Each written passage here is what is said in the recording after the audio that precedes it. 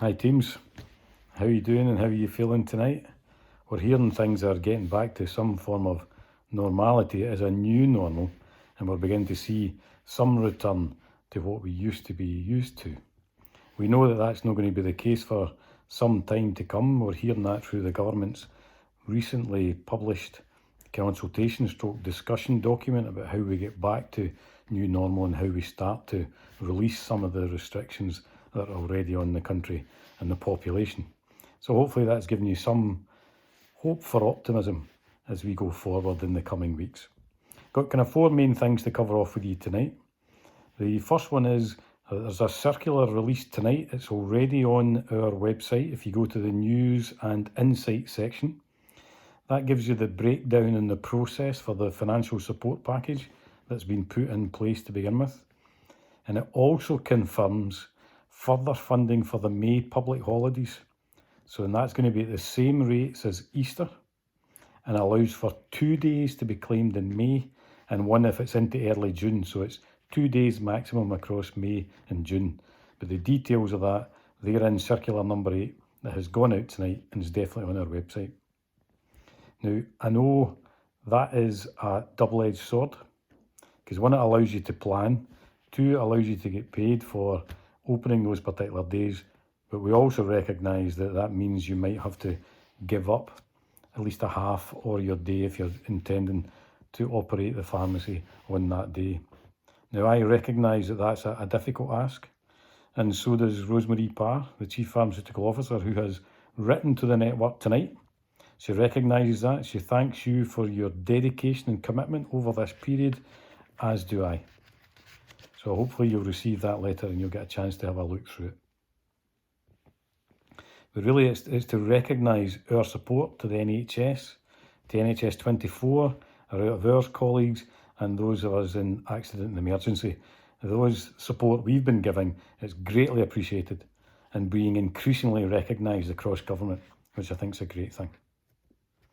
The second point to cover off, now I know Matt talked to you on Wednesday night about PPE. I'd just like to note we're still getting a few queries or concerns about the expiry dates on some of the PPE and the masks in particular. It's really to reassure you that these have been rigorously tested by the manufacturer and they're the same mask that's being supplied right across the NHS and they're safe to use.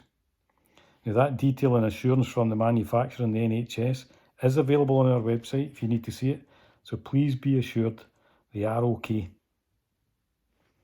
The third thing I know Matt also covered was prisoner release, and that starts from the end of next week. We await the postcodes of the citizens and where they'll go back to.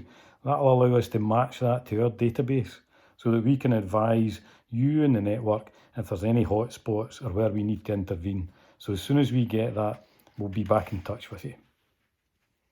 The fourth thing you probably picked up on is the national testing site. So these are Glasgow Airport, Edinburgh Airport, Aberdeen Airport, and one due to open in Inverness at the University of Highlands and Islands site. Now, again, to reassure you, community pharmacy teams, your key workers, and you will be included in that. We saw some more detail today, and we await exactly how that you're going to get referred in and how these sites will work, and you can get tested at those sites. Now, it's likely that the referral will be via your employer, and this is the detail we await to fully inform you and your teams of the process. And that should follow next week, so we're hopeful of that.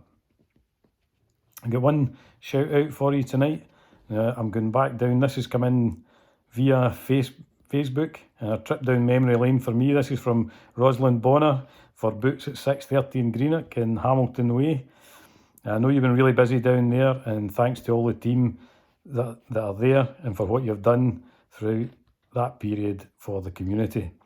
Now, I have many happy memories there, as Rosalind was reminding me and some of the other team members that are down there, they actually still remember me as their pre-reg. That wasn't yesterday, Rosalind, that's for sure. And I certainly still remember the Christmas night out, Rosie's wedding, and remember the Monday conversations about you going out to the nightclubs and go, he was like that, I was like that, he was like that, and I hadn't a clue what you were talking about. But I do remember them fondly. Matt also said on Wednesday, asked you the question, which country has 6 towns called Silly, 12 called Billy, and 2 Pratts? Well, c'est en France. It's France, the answer to that one.